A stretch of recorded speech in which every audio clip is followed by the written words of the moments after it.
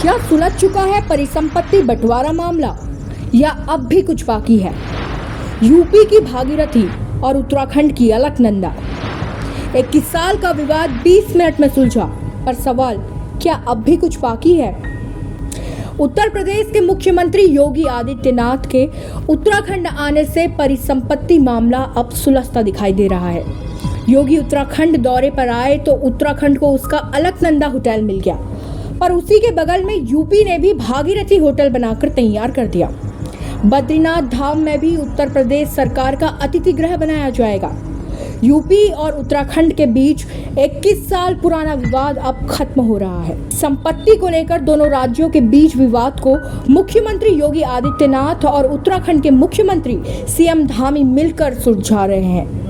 गंगा किनारे बने अलकनंदा होटल को लेकर दोनों राज्यों में लड़ाई का आलम यह था कि मामला कोर्ट तक चला गया। योगी के उत्तराखंड में आने के बाद एक उम्मीद सी जगी कि कहीं जाकर अब ये परिसंपत्ति का पूरा मामला सुलझ सकता है। और उत्तर प्रदेश के मुख्यमंत्री योगी आदित्यनाथ ने भी कहा कि उत्तराखंड और उत्तर प्रदेश के बीच परिसंपत्तियों को लेकर अब कोई विवाद नहीं है। कुछ एक मसले अगर रह भी गए तो दोनों सरकारें बैठकर उनका समाधान निकाल लेंगी। उत्तराखंड में पिछले 21 सालों से परिसंपत्ति विवाद लटका हुआ है। अब आप लोगों के मन में होगा कि ये परिसंपत्ति विवाद क्या है, तो आपको बता दूं, उत्तर प्रदेश और उत्तराखंड की अलग होते ही संपत्तियों का बंटवारा होना था, पर बहुत सी चीजों का बंटवारा आज तक भी नहीं हो पाया। करीब 20,000 करोड़ की संपत्ति उत्तर प्रदेश के अधीन है, जिससे उत्तराखंड को बड़ा नुकसान हो रहा है। राज्य गठन के बाद से ही अब तक ये विवाद कोई भी सरकार नहीं सुलझा पाई। गंभीर बात यह है कि उत्तर प्रदेश और उत्तराखंड, यहाँ तक कि केंद्र में भी बीजेपी की सरकार होने के बावजूद आज तक ये मसला लटका हुआ है।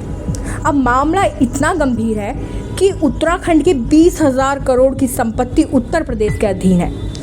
पर सोचने वाली बात यह है कि मेंटेनेंस का काम उत्तराखंड करता है और उसकी रॉयल्टी उत्तर प्रदेश को जाती है।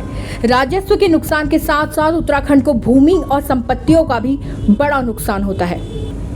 उत्तराखंड सिंचाई विभाग की करीब 13,000 हेक्टेयर से अधिक भूमि, 4,000 से अधिक भवनों पर अभी भी उत्तर प्रदेश का ही कब्जा बरकरार है। अभी तक मात्र 20% भवनों को उत्तराखंड को देने पर सहमति बनी हुई है।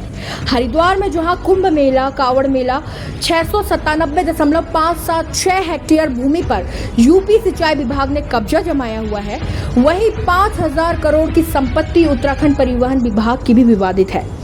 हरिद्वार की भीमगौड़ बैराज, बनबसा की लोहिया हेड बैराज, कालागढ़ की रामगंगा बैराज अभी भी यूपी के कब्जे में है। टिहरी डैम भी अभी तक उत्तर प्रदेश के मालिकाना हक में है। बता दें कि यूपी 1,000 करोड़ रुपया सालाना राजस्व ले रहा है। उत्तर प्रदेश को टिहरी बांध से 12.5% की रॉयल्टी मिली है। मतलब बांध उत्तराखंड में है, पर उसके पानी पर यूपी का स्वामित्व है। इतना ही नहीं, 11 विभागों की भूमि, भवन और अन्य संपत्तियों पर भी, और यहाँ तक कि उत्तराखंड की सीमा में उत्तर प्रदेश का कब्जा है। अब ऐसे में कांग्रेस ने भी अपनी प्रतिक्रिया दी है। उनका कहना है योगी आदित्यनाथ ने बंटवारे के नाम पर एक छोटा सा होटल उत्तराखंड को दे दिया और उस होटल के सामने आलीशान होटल खड़ा कर दिया। अगर उत्तराखंड के प्रति योगी आदित्यनाथ का कोई लगाव होता तो उत्तराखंड में भी जो संपत्ति उत्तर प्रदेश की है वो संपत्ति अब उत्तराखंड की होती।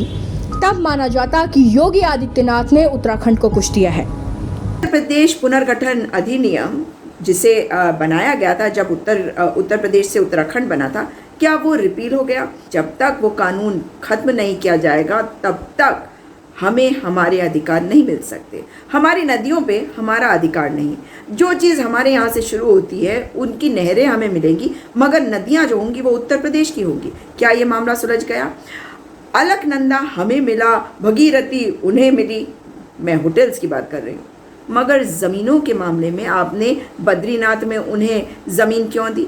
उत्तर प्रदेश ने क्या उत्तराखंड को भी कोई ऐसी ज़मीन दी है? आखिर क्यों? हम आंख में आंख मिलाकर उत्तर प्रदेश से क्यों नहीं बात करते? ट्रिपल इंजन की सरकार है भाई, केंद्र में भाजपा, उत्तर प्रदेश में भाजपा और उत्तराखंड में भाजपा, और योगी आदित्यनाथ तो उत्तराखंड से संबंध रखते हैं, फिर भी हमारे साथ अन्याय क्यों? हमें छोटा दिखाने की कोशिश क्यों?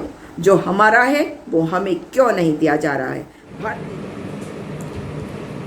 उत्तर प्रदेश, उत्तराखंड और केंद्र ट्रिपल इंजन की सरकार भारतीय जनता पार्टी बताती है, लेकिन आज भी उत्तराखंड के जो परिसंपत्तियां हैं वो उत्तर प्रदेश के कब्जे में हैं। आजकल हमारे योगी आदित्यनाथ जी अपने घर आए हुए हैं, उत्तर प्रदेश के यशस्वी मुख्यमंत्री हैं, और हमारी उनसे गुजारिश है कि इस बार उत्तराखंड की परिसंपत्तियों पर फाइनल फैसला करके जाए।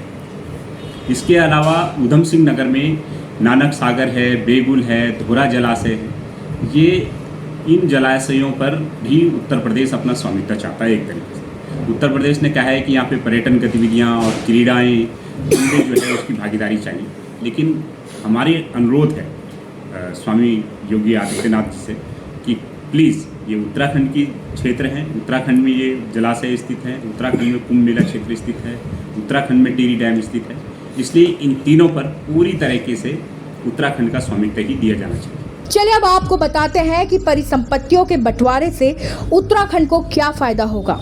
पहला, अगर उत्तराखंड को परिसंपत्ति में हिस्सा मिल जाए तो ऊर्जा प्रदेश उत्तराखंड में बिजली संकट खत्म हो जाएगा और बिजली भी सस्ते दामों में लोगों तक पहुंचेगी। दूसरा, इसके अलावा डैम और नदियों पर उत्तराखंड का अधिकार होगा। तीसरा, कृषि योग्य भूमि जो उत्तर प्रदेश के अधीन है, अगर वो उत्तराखंड की हो जाए तो इससे प्रति आय में वृद्धि होगी। और चौथा, अधिक से अधिक फायदा लोगों तक पहुंचेगा, जिससे राज्य प्रगति कर पाएगा। अब ऐसे में देखने वाली बात है कि क्या जल्द से जल्द ही ट्रिपल इंजन की सरकार परिसंपत्ति के इस पूरे मामले को सुलझाती है, या सिर्फ अलकनंदा और भागीरथी होटल के बंटवारे पर मामला रफा दफा कर दिया जाएगा और हर बार की तरह चुनावी जुमला बनकर ये लंबे समय तक लोगों को बहलाने का काम करता रहेगा। क्योंकि परिसंपत्ति मामले के सुलझ जाने से उत्तराखंड की आय में बहुत ज्यादा प्रभाव पड़ेगा, जिससे उत्तराखंड की आर्थिक स्थिति अच्छी होगी और हो सकता है जो उत्तराखंड अब तक कर्ज में है वो भी इस परिसंपत्ति के बंटवारे से खत्म हो जाए। फिलहाल आप बने रहिएगा प्रवचन डिजिटल के साथ।